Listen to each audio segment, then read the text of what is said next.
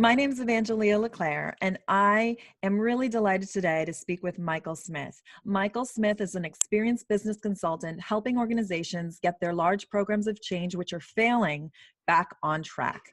He is the founder and CEO of Experienced Professionals Agency, which is a platform that matches experienced people with early stage companies that need their deep experience for success.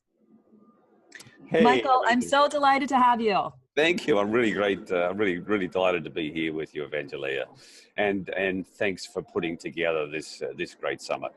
Wonderful. Well, let's get to it. Now, before we actually go deep into the details of the plan, I'm really curious to know more specifically what it was like for you when you were thinking about, either putting yourselves in the shoes of a job seeker or going through being there to guide them and coach them here today. What was it like for you to think through what this plan would look like? Well, it was very personal for me because the job I had came to an end, and I was put in the position, Evangelia, of trying to work out, wow, and in a reasonably sudden event, understand what I was going to do next. And so I really had to decide, wow, what is going to be my next point in my career? One of the key things that really helped me was I had been doing a program which really focused around having a growth mindset. And so what I did was not focus on the event. I'm not working with that company anymore. I'm more focused on, okay, what is the real possibilities that I could create for my next part of my career. And I must admit, though, it was still tough because I was thinking, wow, how much of my value was tied to that job I had? And I really had to rethink myself and say, no, the value I have is actually inherent in me, and I can apply that in my next opportunity. So, what I really did was to dig deep and look at, do an inventory of, what are the things I'm really good at, and particularly, what are the things in my working life I really enjoy doing? And that's where I came across this idea of helping organizations and teams when a particular program or a project or a product hasn't gone so well, not as working as well as it could, and helping them get back on track. I found that was almost something I would do for no pay. It was really what I enjoyed doing. So I then focused on that and decided to start a consulting business. And I did that, and I had my first consulting client within 3 weeks. Just taking that positive attitude of saying, I'm going to create a new possibility for myself, and every day I'm going to chase that. So that was really where I started. Wow. Okay. So there are a few things I'm interested and curious to dig into a little bit more. At what point in the midst of this uncertain change in your circumstances and losing your job, did it click for you to get into this mindset? What really triggered that? Can you share a little bit more? Because I know that's something many people struggle with when they lose a job or anticipate that. There is. And I think the key thing around that is it's absolutely natural to immediately start thinking, wow, was there something I did wrong? Was I on the wrong track? Is there something less valuable about me as to why this happened? And they're going to be natural fears. So I think the key for me was saying, okay, that's interesting. That's sort of the voice in my head telling me that. What you can choose to do, and what I chose to do, is say, no, I can create a new possibility. So I immediately, when I felt those feelings and those thoughts, I immediately replaced them and said, no, I'm going to challenge those. I can use the skills that I have into a new direction.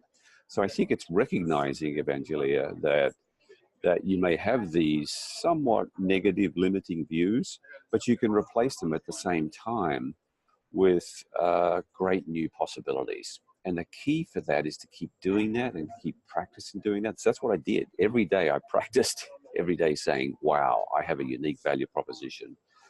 I can take action now to create this new career for myself. What can I do today to do that? So I made my list every day of actions I could take that day to do that. And I stuck to my actions. And that's actually how I started.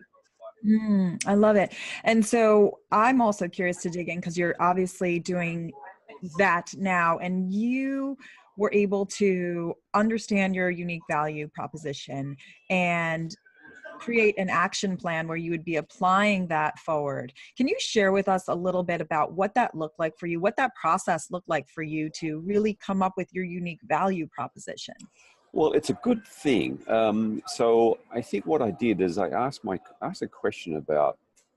I think the way to peel it back is to not so much think about, and this is what we tend to do as job seekers, we tend to think about what's the label we have, like I was the VP of sales, I was the project manager, I was the head of marketing, I did this role around content. We tend to focus around roles. So I think a key thing to really think about your value proposition is to peel that back a bit and instead ask yourself a different question. And that different question is, what problems do you solve with organizations?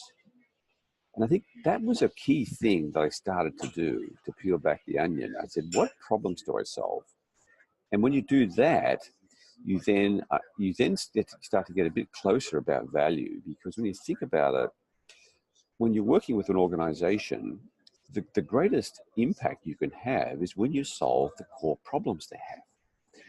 So in my case, I peeled back and I said, wow, I think rather than saying I'm a good project manager or a good project director or a good program manager, I peeled back and said, no, I help organizations really dig down as to why they're having this issue. Like what's the underlying problem, and can I solve that?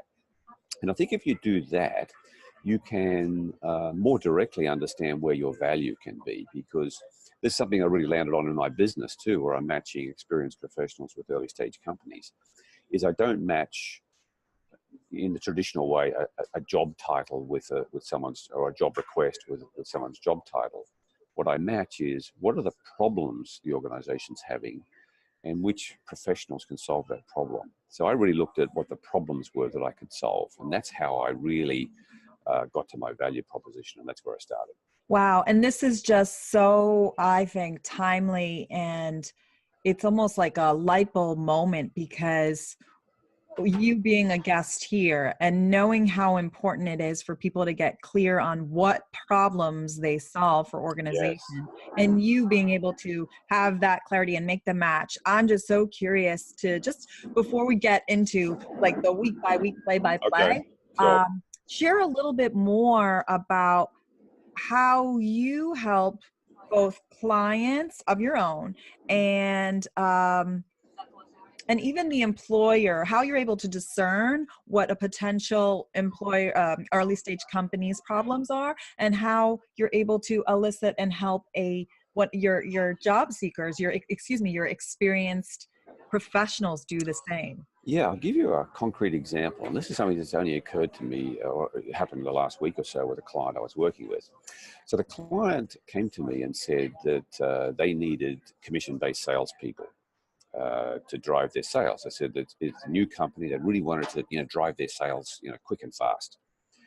And so a traditional approach might be, okay, the client has asked for early commission-based salespeople.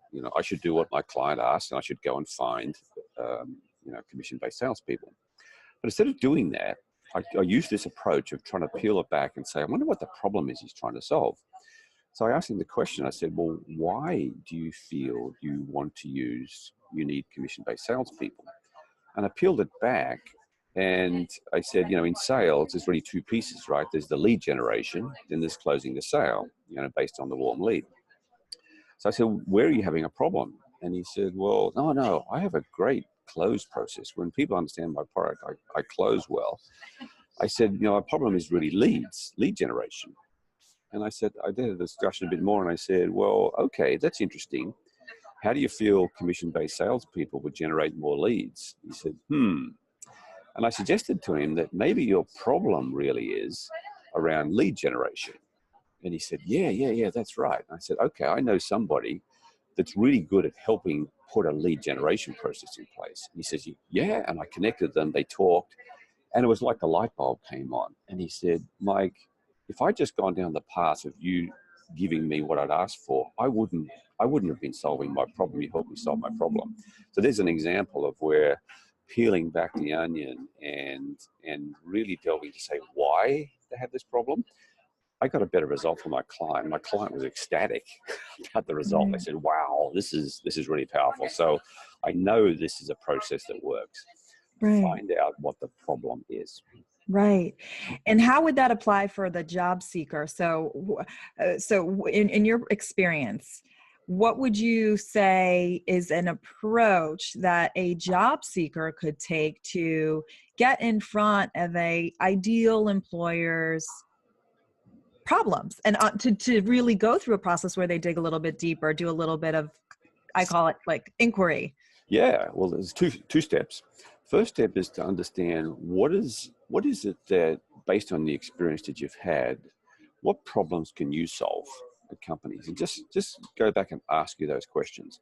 And I think you'll get that if you look back through your work history and perhaps particularly some of the challenging times in your work history.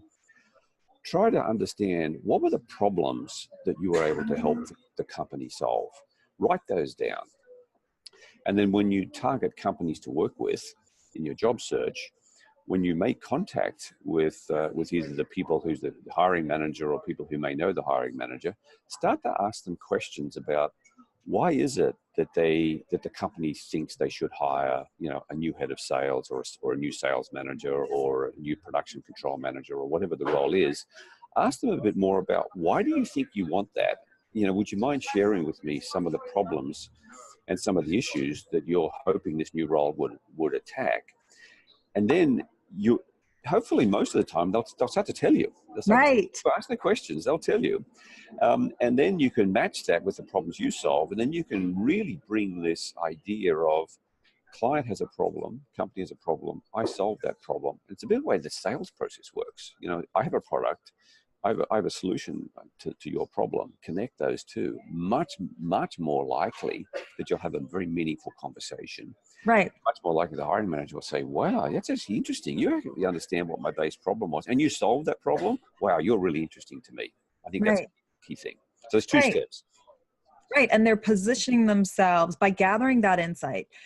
A job seeker is positioning themselves, has a keen understanding of what the challenge is, and now knows what they can do to position themselves as somebody, or what they can say, or what they can demonstrate to really position themselves as someone who has the ability, if they do, to solve the problem. And this is groundbreaking. Can I tell you? I mean, and this, most people don't think this way. So unless they've been in a sales position and or in another role where they're constantly seeking to understand the challenges and the problems of their clientele, and then you're right. It's the sales process, the way the sales process works. And I think some job seekers, Evangelia, think that selling yourself is not a good thing, but you need to sell yourself. You need to sell yourself. So if you haven't had experience with that, if you haven't been in a sales role, and many of us haven't, I didn't really do sales. I learned this. It's a great thing to learn. So I really recommend, again, those two steps.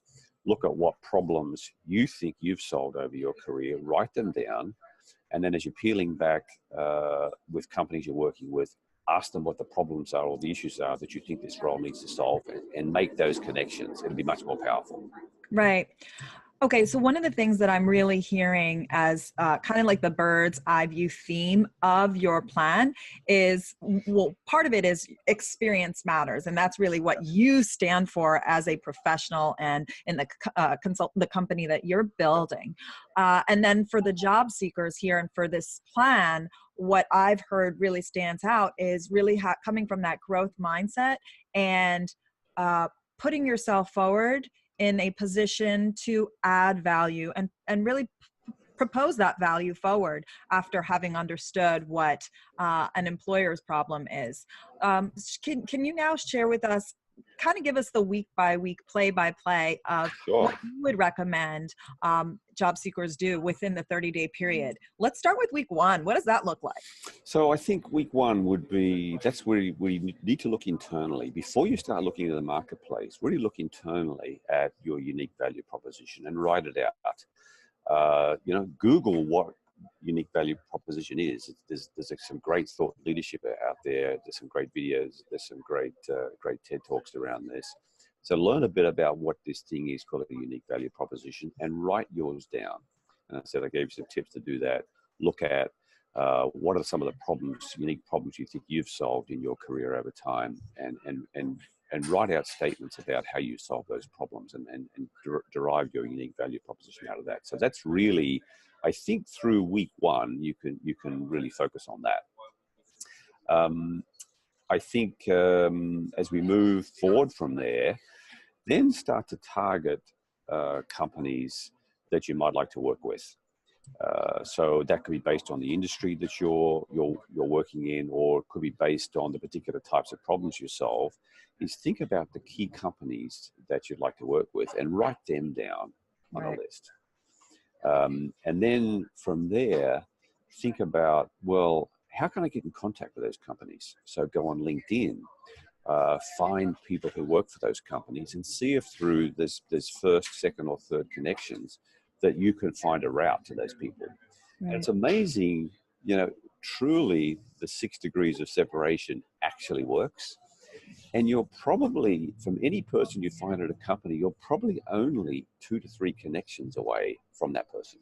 You're probably only 2 to 3 connections away. So start calling. So the next part after that, the third step is start calling people in your network. And a key thing you should do, here's a key tip. Every contact you make in your job search, ask that person for 2 more contacts that you don't know, and ask them to introduce you to them. Right. And widen your network, because your network starts out this size. What you want to do is grow your network to this size and this size. And in the end, what you're doing is you're going to connect your warm network to the network of the companies you're targeting, and you want them to overlap. And you grow your network by doing that. And eventually you'll get either to the hiring manager or to someone who works for the company, and then start networking with them. Start thinking about either directly talking to them, attending events that if not the hiring manager goes to, someone who works with the hiring manager goes to, and introduce yourself. And again, and the next part then is don't approach it by saying, I want a job. Approach it the same way from problem solving. Just talk about, I'm interested to know what sort of issues does a company like that have? What are some of their challenges? And then link that back. So that's interesting. In my career, I've generally, dealt with these types of issues. I've set up sales processes. I've really helped companies that where their production control processes were not working, or where their cash flow was not flowing. Whatever the issue is, and try to link again problems you solve to problems those companies have. And that's a different approach than just saying, I'm a sales manager, so I'm looking for a sales job, or I'm a production control supervisor and I'm looking for a production control supervisor job. Now peel it back and say, this is the sort of problems I solve, and I'm interested in working with companies that have these challenges. And I would really relish the opportunity of working with you to help you solve the problem. Right. I think after that, some of the things along the way, Evangelia, is your LinkedIn profile is really, really important. It is really important. And in the same way, a common mistake I see is in the tagline on your LinkedIn, don't put what your job role is. So don't write VP of sales. Don't write project manager. Write what problems you solve. I help companies get their lead generation back on track. I help companies get their failing projects back on track. I help companies fix their production control. Think about solving problems. It's actually a key way to differentiate yourself. And when you think about it, in the end, we have this terrible process of job descriptions and job postings. A job description is often a very poor representation of the underlying problem a company has. Right. In the end, the hiring manager wants to solve a problem, not hire a role. They want to solve a problem. So write in your LinkedIn what problems you solve. And then the details, put your resume down there, because that's important as well for the searching. That's a key thing I really, really think you should work on. And 3 key things: networking, networking, and networking. So even from the first week, do not spend the majority of your time applying cold on job boards. A big percentage of the jobs that are on job boards either don't exist they're actually put out there just to effectively collect resumes, Yes. or they've already been filled. A big percentage of the jobs posted on job boards are like that. Obviously, when most HR departments require at some point for you to apply for the role, but get your link through networking. That's going to Right. be networking generally. If you just focus on networking as the way to find your next role, you have a 70% chance of being successful. If you rely on just applying cold on job boards, at best a 20 to 30% success rate doing that. So Right. that's a key differentiator. Right. Wow. Okay. So I'm going to dig in. I want to dig into two things that you said, going back to the the statement that would go within the headline section of LinkedIn and Yes. Yeah. LinkedIn profile.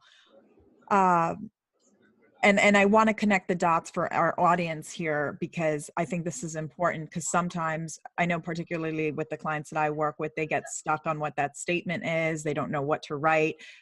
Will this really attract the ideal employer, or whatever comes up, like this doesn't say it all, right? What's that? What are those 5 words that I put in there to show the problems that I solve? And part of it I just want to share is an evolution. And what I want to tie back into what you said is, in that week 1, if you are literally just brain dumping the problems that you solve and continuing to refine it, those phrases will come up for you. This like, you're exactly right, Evangelia. right, They will. as somebody who writes, and you write these statements as well, it doesn't happen overnight. It happens through just being able to dump out that process and evolve, and you can change it. So, but get started on really that week 1 is so important for that reason. Yeah, can I add something there too? Right. Is not only write them out, but actually practice them on people, practice them on your network, and play them back to them. Play it back to your contacts, particularly your closer contacts. And you want people who give you real, genuine feedback, people who are really interested in you being successful. And they will give you real feedback and say, that one doesn't sound right, I don't understand it. Wow, you expressed it that way, that works well. So test it. Right. Test your value proposition, and even over time, change it. Don't leave it the same. The algorithms actually react better when you update. So don't leave your profile on LinkedIn static. Change it, update it. As you learn more, as you make more contacts through networking, understand, wow, the way I explained my value proposition to this person at that networking meeting last night, that really landed. Maybe I'll try that. Go back into your LinkedIn and update it, and do that at least once a month, at least, or more, even more frequently. Change something in your profile. Make the background picture compelling. Make it relevant to what you're doing, not just a nice picture. So if production control is your thing, have a picture of like a factory situation or something that's relevant for your role. Invest some time in a headshot pic. Right. Don't use the one that was taken at the party last week. Right. Particularly not one where you're taking with someone else and then you cut them out. Don't skimp on that. Get a professional headshot done. That's really important. You're presenting yourself. You're trying to put your best foot forward. So I think it's a couple of other key points I'd add to what you said.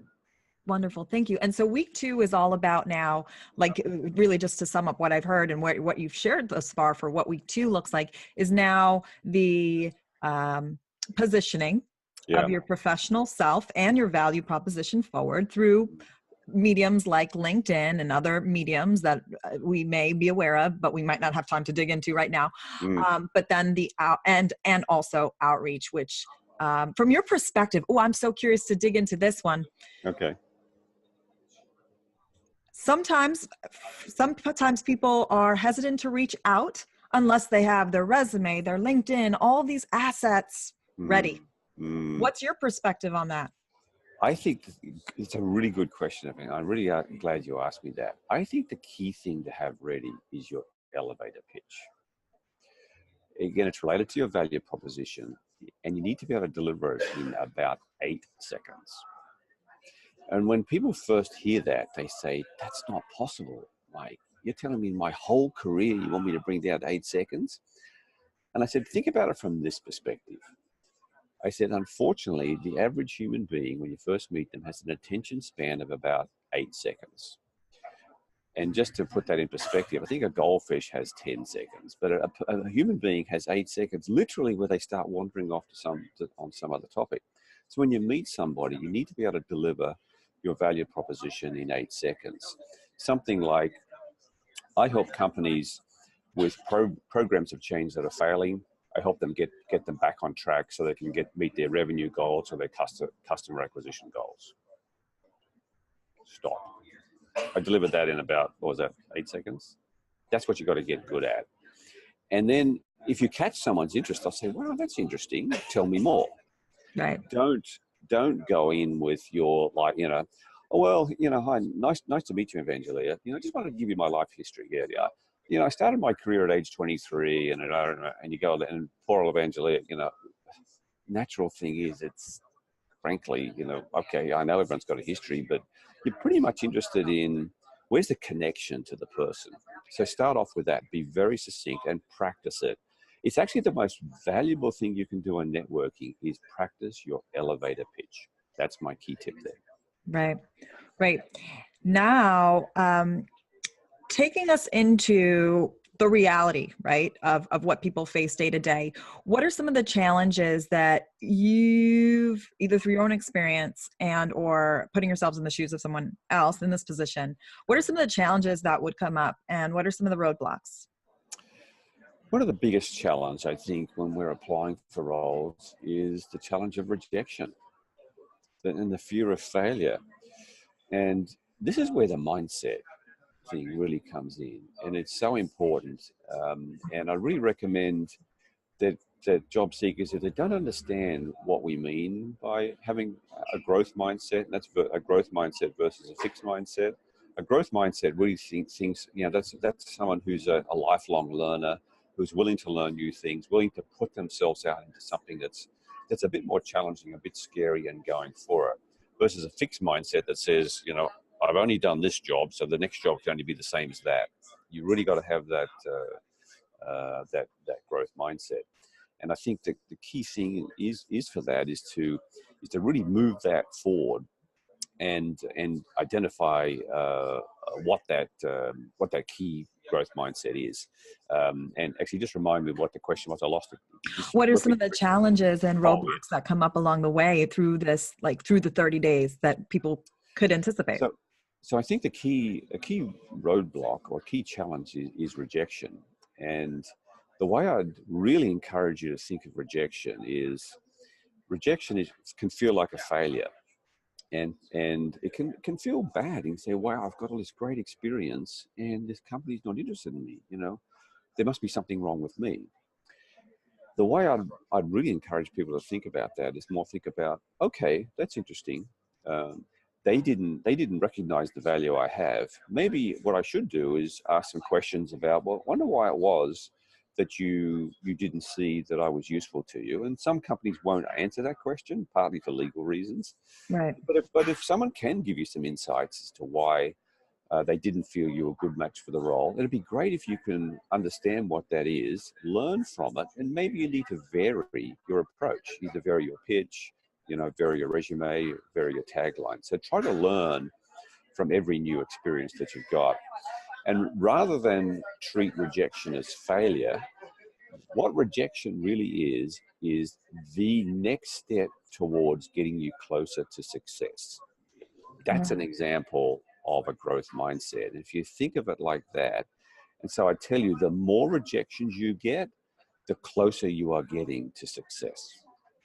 And that comes as a bit sort of counterintuitive to job seekers, particularly when you're at home, you're not earning a paycheck, bills are still coming in. It can feel like a lot of pressure. And it can have a very negative feeling. So I think that's the importance of that mindset, to think about rejection as a learning experience. Don't keep doing the same thing if it's not working. Think about varying your pitch, varying your approach, asking people, I wonder why I'm not landing any interviews in this area there. Could you perhaps help me understand that? If the hiring manager won't tell you that, maybe some other people in the organization, other people test them, and they may say, you know what, I think your approach, think about this, learn from that, vary your approach, and keep going. And the major thing you need to do is don't stop. Right. Don't stop. Never give in. Don't stop. rejection is not failure. Rejection is the step towards success. Right. And it's a sign that you're actually showing up and putting yourself out there.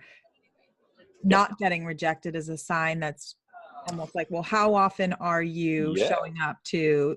You're probably not out there enough. Right. You know, it's like selling a product. I mean, to think that the very first time you approach somebody with a sale, they buy, often not. Right. You know, the job market is a competitive job market. So, there could be all sorts of reasons why a particular hiring manager didn't think your resume should soar to the top. It could go anything from, they're having a bad day. That day they happen to have more people turn up that had the relevant experience. They could have misread your resume. There's all sorts of reasons why you may not have landed either the first interview or the next interview, which has actually got nothing to do with your inherent value. It's just a happenstance. And don't get too hung up on that. Do not get too hung up on that.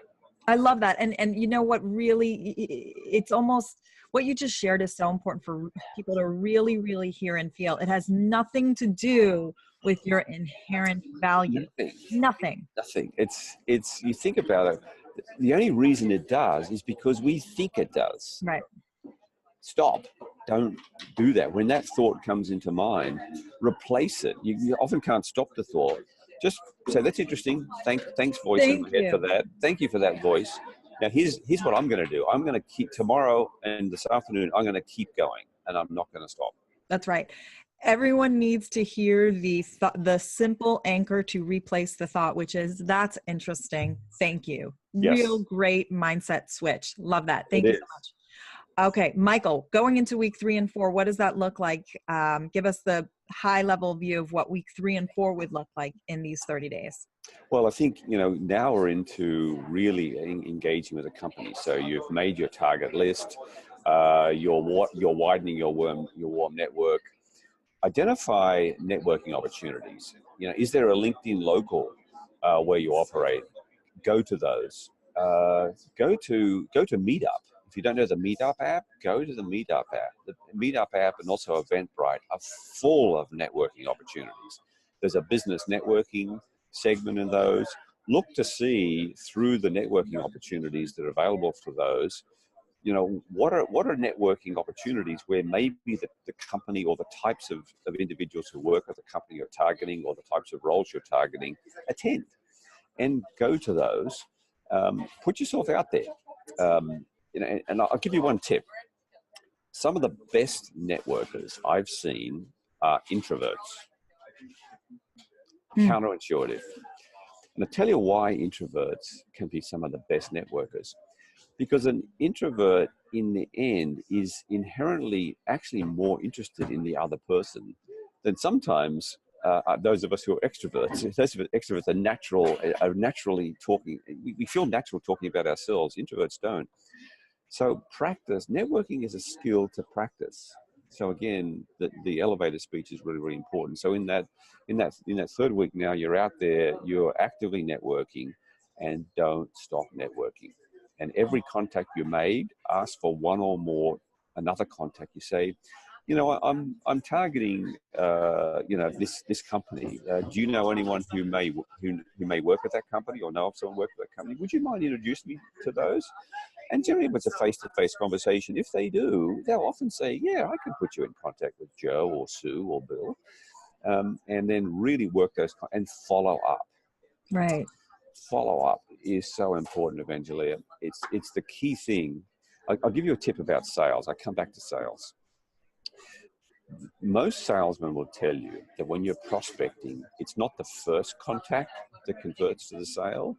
It's always the follow-up contact. Right. So if you want to greatly improve your chances of making networking work for you, follow up. So if you haven't heard from a contact for a while, check in. But don't just check in and say, oh, how are you doing? Perhaps offer some value to say, hey, I found this really great article about, production control or marketing or sales or whatever it is. I thought you might be interested in that. And use that. In other words, to add value. Think about adding value to your contacts, not asking them for a job. Add value. Right. And that will make a difference for you, and that'll put you above the fray a bit. And I'll say, that's interesting. Joe or Bill or Sue, you seem to really understand this industry. I'm going to come back and talk to you because you seem to understand, how to solve problems. So I think that's a key thing around those weeks is really, as I said, networking, and follow up, and be ready to think about roles that maybe weren't the same types of roles that you had in the past, but maybe roles where you can really hone in on solving the problems those organizations have because you've solved them before. Even though it may not be the same industry you worked before and it may not be the same type of role, be open to that. Have a growth mindset. That's right. Growth mindset through and through. Okay, so any final parting words or wisdom that you'd like to share with our audience today? I think when you look back at why anyone has been successful in business, that's successful in a job or successful in starting a new company, as I've done, is your chance of success is much more related to being persistent and not stopping, and much less related to what your background is, who you know, how much money you have, who your family is. Success is much more dependent on just having that grit to keep going and that persistence. And the beauty of that is that all of us can do that. It's a choice we make. It's just a choice. We just need to choose to do it. So choose to take action every day and don't stop. That's my Right. key thing. Right. And I love that it's very clear through your plan where the action needs to be. It's with one, being very clear on the value you bring, getting in front of people to share your elevator pitch that is, in my perspective, the all-encompassing statement of the problem that you solve. Right. And exploring what other people's challenges and problems are at these events that you're attending, or at through these online connections that you are making with a targeted list of prospective employers that you're interested to get in front of and get to know. So it's crazy. It's very simple. And I say that because I think through the action, like you said, and the grit, the clarity will come and Yes. the results will come forward. So thank you for sharing. Thank you, Evangelia, and thank you for giving me the opportunity to be with you. And I really hope that that your audience listens to the other speakers as well.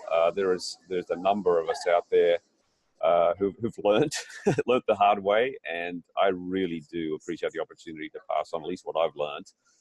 And also want to thank you for bringing this summit together. It's a truly great initiative. My pleasure. And so we're going to include your link to what it is you do and how you support experienced professionals and matching them with startups and fast-growing companies. Can you share with us a little bit about what will happen when they click into that link?